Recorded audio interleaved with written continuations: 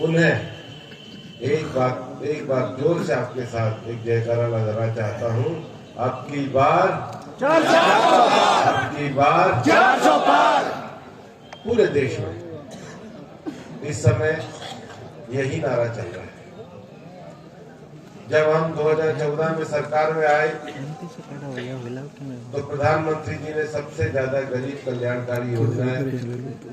उस समय चलाई। गरीब कल्याणकारी योजना माने हिंदुस्तान के घर घर में गैस पहुंचाना, घर घर में बिजली पहुंचाना, हर किसान को किसान सम्मान निधि पहुंचाना, सब गरीबों के मकान तैयार करवाना, महिलाओं के लिए शौचालय तैयार करवाना,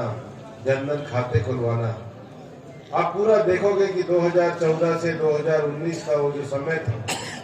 एक लंबे समय से जो गड्ढे कांग्रेस के समय में खुदे हुए थे, उसको भरने का काम प्रधानमंत्री जी ने किया। 2019 में जब देश की जनता ने 282 से बढ़ाकर 303 सीटें माननीय प्रधानमंत्री जी की झोली में भाजपा के लिए डाली, इसके अतिरिक्त हम एनडीए के अपने साथी सीट जीत कर आए, तो प्रधानमंत्री जी ने दो बड़ी घटनाएं तो हमने देखी। हमने भारत के विभाजन के नासूर को तो देखा था, और 370 को हट करके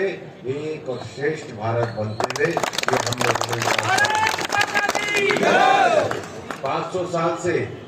राम जन्मभूमि की जो समस्या थी, उसके दर्द को तो हम झेलते थे। सदियों से ये पूरा समाज देखता था कि भगवान रामलला टेंट में विराजमान है, लेकिन इन 5 सालों में सर्वोच्च न्यायालय के निर्णय से इसका शांतिपूर्ण समाधान करके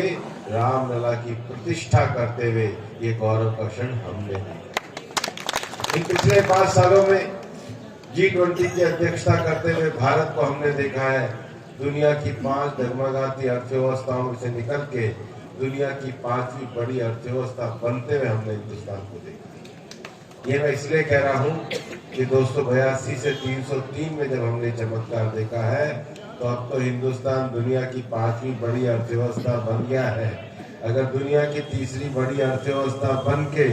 जो अभी हमारे महंत पालक नाथ जी कह रहे थे, 2047 के विकसित भारत को बढ़ते हुए अगर देखना है तो 400 पार करके इस बार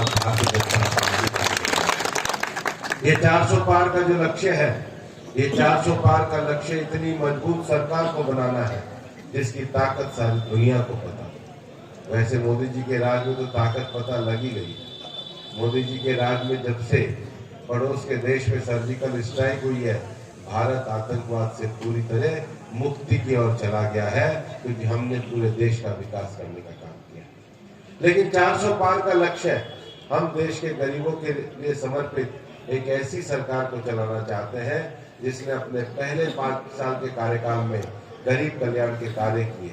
दूसरे 5 साल के कार्यकाल में भारत के सारे विवादों को समाप्त करके भारत को प्रगति के पथ पर और 5वीं बड़ी अर्थव्यवस्था बनने के लिए चलाया है। ये तीसरा कार्यकाल भारत को विकसित भारत बनाने का संकल्प है, जिस रास्ते पे हम लेके जाना चाहते हैं, इसलिए मोदी जी को 400 पार देना चाहते हैं। दोस्तों, ये चुनाव 7 चरणों में चलेगा, और 7 चरणों में जो सबसे पहला चरण है वो हमारे अलवर का आने वाला है। पहले ही चरण में इतनी तेजी से सिंहद्वार से विजय की आवाज निकालो कि वो आने वाले 7 चरणों तक ये लगे कि आवाज राजस्थान के सिंहद्वार अलवर से निकल के आई है, और उसमें भी सबसे पहले भगवान चंद्र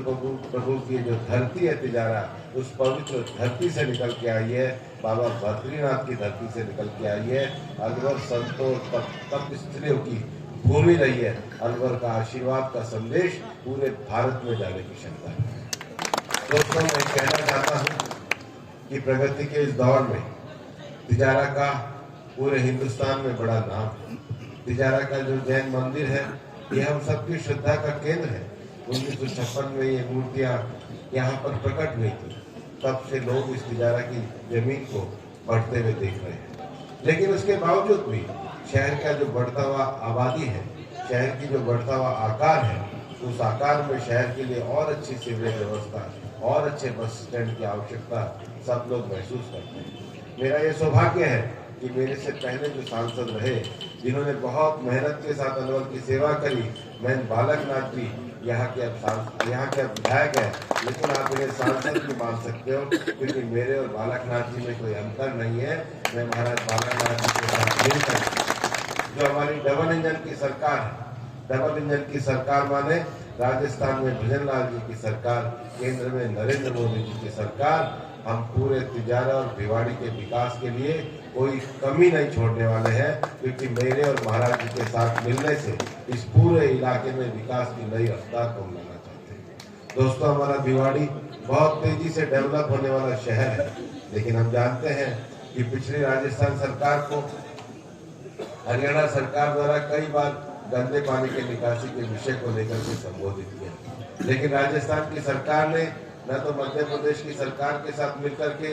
ईस्टर्न कैनाल परियोजना के काम को आगे बढ़ाया और न ही गंदे पानी की निकासी के बॉर्डर के विषय को आगे बढ़ाया। मैं आपको विश्वास दिलाता हूं कि राजस्थान के मुख्यमंत्री भजन लाल जी और हमारे हरियाणा के मुख्यमंत्री नायब सैनी जी, ये दोनों इतने एनर्जेटिक मुख्यमंत्री हैं कि भविष्य में केंद्र सरकार भी जब रहेगी तो भिवाड़ी के गंदे पानी के निकास की समस्या का भी समाधान करने के संकल्प